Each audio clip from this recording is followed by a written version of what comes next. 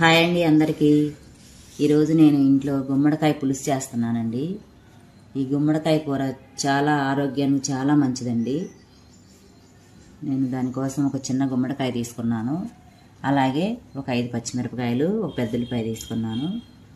ముందుగా గుమ్మడికాయ శుభ్రంగా కడిగేసి పక్కన పెట్టానండి. గుమ్మడికాయని చెక్కుది అవసరం లేదండి మనం పులుసు కూర చేసుకోవడానికి. ఇప్పుడు గుమ్మడికాయ కట్ చేసుకుందామండి. పైన తొడిమ ఉంటుంది కదా, అది కట్ చేసుకున్నాము. ఇది చూసారండి, గుమ్మడికాయని ఇలా మనం తొడిమ కాడ శుభ్రంగా ఇంతవరకు మనం కట్ చేసుకోవాలండి. ముందు గుమ్మడికాయని 2 సగాలుగా చేసుకోవాలండి. ఇప్పుడు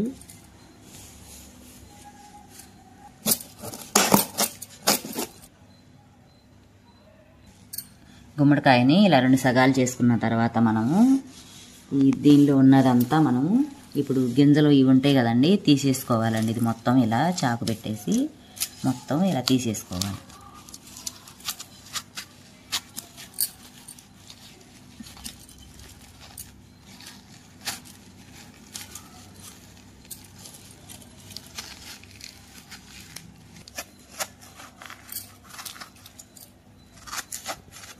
ఇది చూసారండి, ఈ విధంగా మొత్తం రెండో చెక్క కూడా ఇలాగే తీసేస్తున్నాను.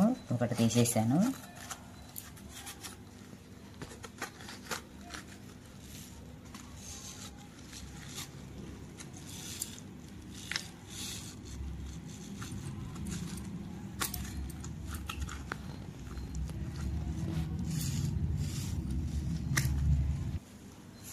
శుభ్రంగా ఇలా మనం లోపల గింజలు అన్నీ తీసేసి ఇలా ముందు పక్కన పెట్టుకోవాలండి. ఇప్పుడు ముక్కలు కట్ చేసుకుందామండి. లావులావుగా మనము ముక్కలని ఇలా మనం చెక్కు తీసే పని లేదండి. చూసారు కదా, ఈ విధంగా మనం లావులావుగా ఈ సైజు ముక్కలు కోసుకుంటే సరిపోతుందండి. ఇలా ముక్కలు కట్ చేసుకుని ఒక గిన్నెలో వేసేసుకుందాం.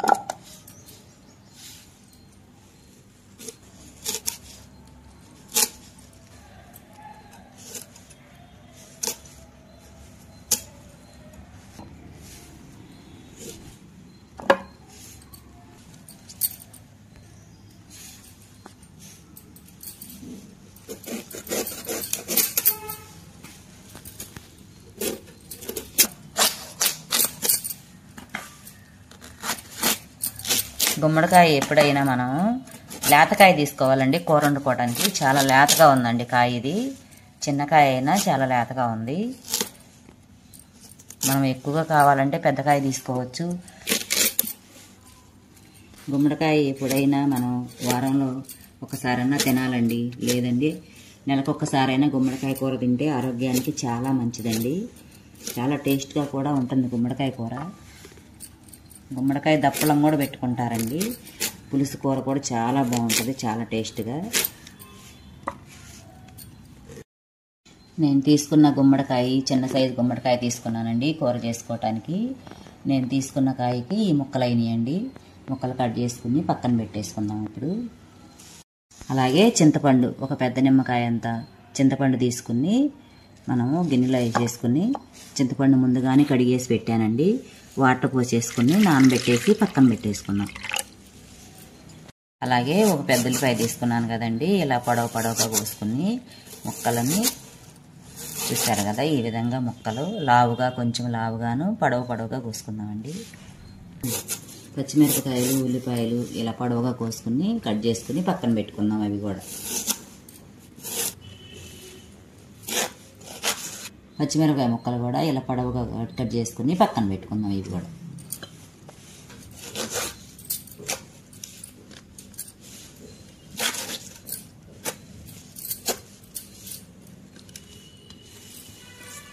వెలిగించుకుని కూర చేసుకోవడానికి చట్టు పెట్టుకుని ఆయిల్ పోసుకుందామండి.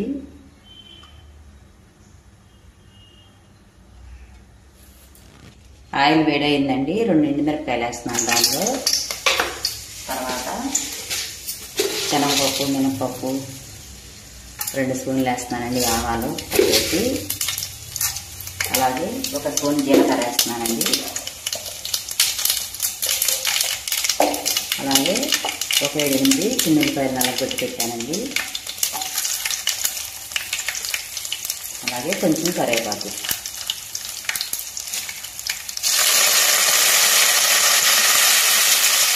తర్వాత మనం ముందుగా కట్ చేసి పెట్టుకున్న పచ్చిమిరపకాయలు, ఉల్లిపాయ ముక్కలు వేస్తున్నామండి.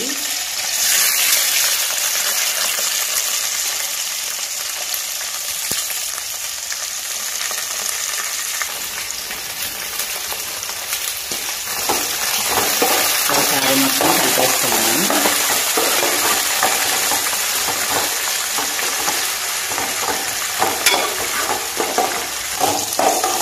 ఉల్లిపాయ ముక్కలు, పచ్చిమిరపకాయ ముక్కలు కొంచెం మగ్గిన తర్వాత, పచ్చివాసన పోయిన తర్వాత దీనిలో మనం అల్లం వెల్లుల్లి పేస్ట్ 1 స్పూన్ వేస్తున్నామండి.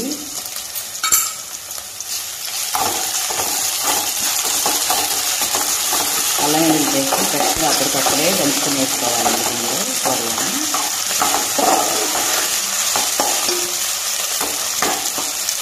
కొంచెం పచ్చివాసన పోయిన దాకా వేగనిద్దామండి.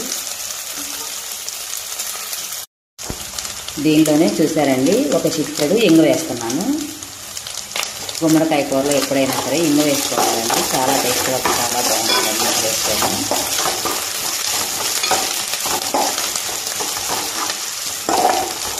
ఉల్లిపాయ ముక్కలు, పచ్చిమిరపకాయ ముక్కలు పచ్చివాసన పోయేలాగా వేగినాయండి.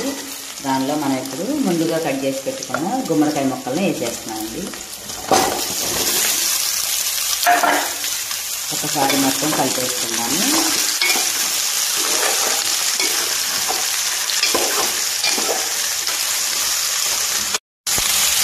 మొత్తం ఒకసారి ముక్కలన్నీ ఇలా కలిపేసుకుని మంట సిమ్లో పెట్టుకుని మూత పెట్టుకున్నామండి. ఒక 2 నిమిషాల పాటు మగ్గనిద్దాము.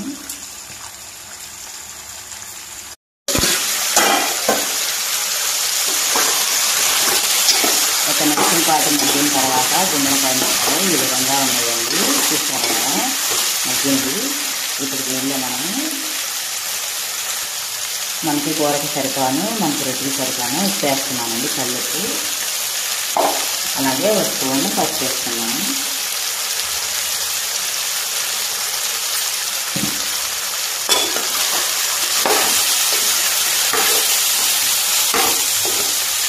మొత్తం కలిసిపోయిన తర్వాత ఇప్పుడు కారం పొడి వేసేద్దామండి.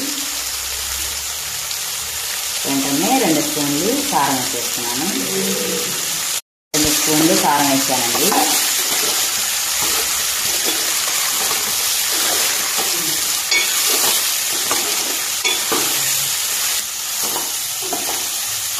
ఒకసారి మొత్తం కలిపేసానండి. ముక్కలన్నీ ఇలా కలిపేసుకొని కొంచెం వాటర్ పోసుకున్నాం. దాంట్లో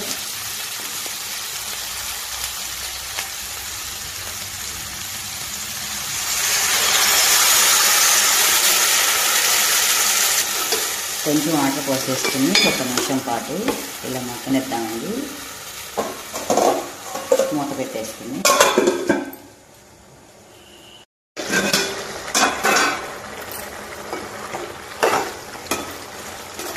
గుమ్మడికాయ ముక్క మన నీరుతో కొంచెం మగ్గిందండి. ఇప్పుడు మనం ముందుగా నానబెట్టి పక్కన పెట్టుకున్న చింతపండు రసం వేద్దామండి.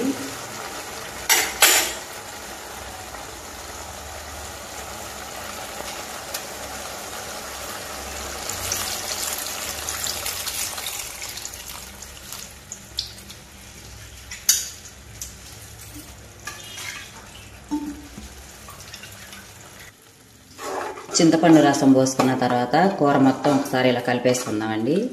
కలిపేసుకుని మూత పెట్టేసుకుందాము. మూత పెట్టుకుని కూరని ఉడకనిద్దాము.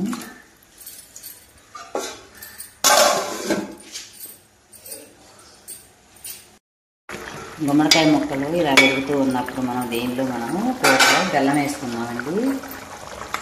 గుమ్మడికాయ కూర అంటేనే బెల్లం అసలు ప్రథమ వేయాలండి. చూసారు కదా, 2 స్పూన్ల వరకు తరిగి పెట్టిన బెల్లం వేసేస్తున్నానండి. నేను ఉండే కూరకి 2 స్పూన్లు సరిపోతుంది.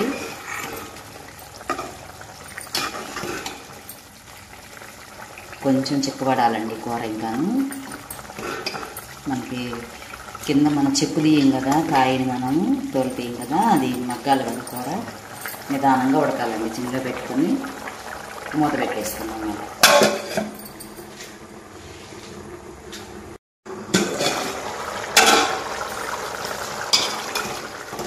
చూసారండి, చక్కగా మెత్తగా మగ్గిపోయింది ముక్క. ఇప్పుడు మనకి ఈ విధంగా ఇదిగో చూసారండి, మెత్తగా మగ్గిపోయింది.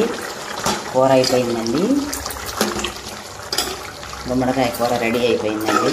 ఇదిగో చూసారు కదా, ఈ మాత్రం చిక్కబడిన తర్వాత మనం కిందకు దించిన తర్వాత ఇంకా చిక్కబడుతుందండి.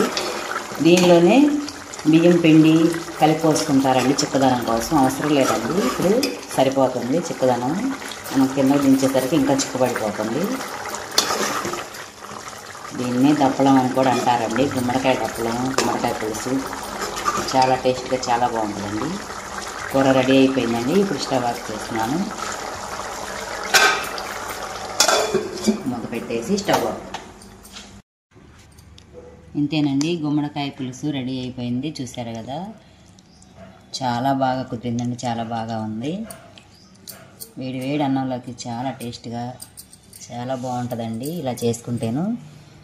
మా వీడియో మీకు నచ్చినట్టయితే లైక్ చేయండి, కామెంట్ చేయండి ఎలా ఉంటుందో మీరందరూ కూడా. అలాగే సబ్స్క్రైబ్ చేయండి.